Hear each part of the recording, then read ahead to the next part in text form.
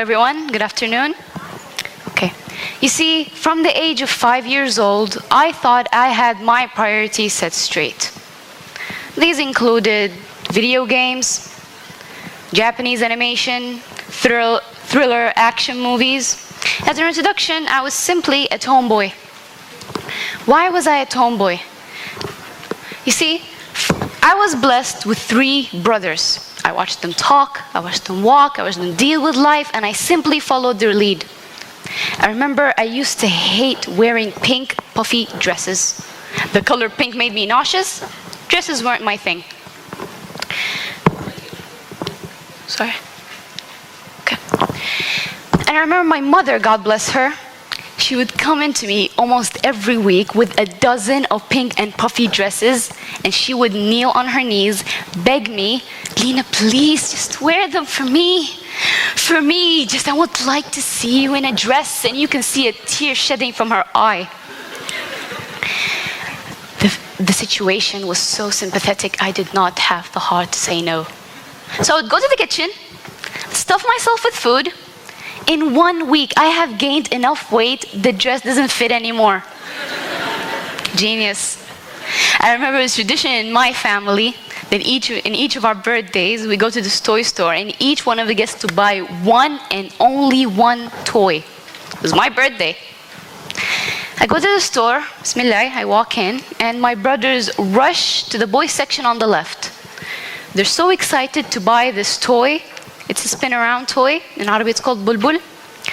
And it was the toy of the era, filling almost a dozen shelves, vividly colored and vividly defined in all sizes and shapes.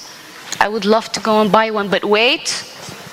To my right stands the only feminine memory I've had as a child. The Arab version of a girl doll, and the perfect doll for any young girl at my age. Standing with the fakest smile, offering me her eternal friendship, telling me to come and buy her. It was the toughest decision of my life for an 8-year-old I was. I'm crying, weeping my eyes out. I look like a hound dog. I turn around to the one and only, my father, and I look up to him. Dad, I don't know what to do.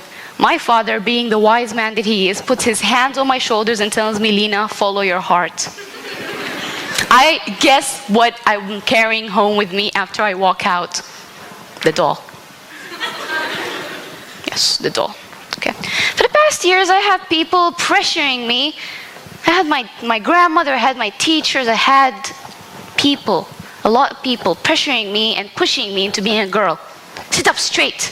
Don't eat with your mouth full. Don't snore while you're sleeping. It was a no from me. My parents got concerned with the whole issue, at least they made it an issue, and decided to take me into an all-girls school. See, here's the trick. I didn't know it was an all-girls school until the first day I walk in there. I walk in, I look around. Okay, first of all, why is the uniform pink?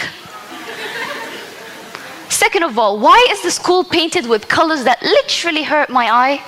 I look up to my mother, Mom, what is this? She looks down to me as cold as she can get. She tells me, Lina, this is an all-girls school. Your father and I made the decision, it's for your own good, and she storms off. I walk in, it's like I'm walking to Mars. I know nobody, I hated it there. Girls were loud, squeaky, their interests included pop stars and pink. Wow, more pink in my life. I walk in, and I swore to myself, as God as my witness, I will leave this place. And I will leave, it wasn't even a place, it was hell to me. And I swore. But there happened to be this one girl.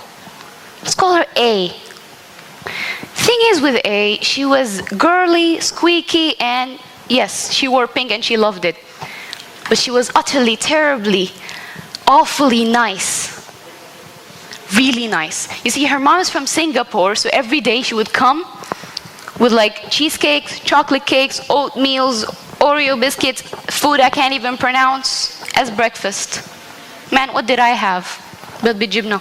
If my mother comes to me one morning and tells me, Lina, you're having chocolate today, I would scream out of the street and screaming, hallelujah.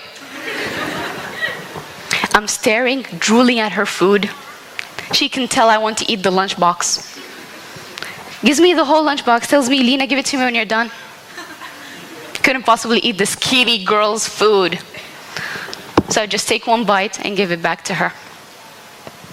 In 2 months, in a period of 2 months, this girl, after spending time with her, after getting my heart really fond for her niceness and kindness, I became more of a girl. I've accomplished something I've never thought I would. I had people trying to change me for 5 years into being a girl. I had them pushing me. This girl changed me in 2 months. Only because she didn't pressure it to me, she didn't push it to me, she simply invited me. Lina, this is a girl. Would you like to be one? Yes, I would. Can I have some tea with that?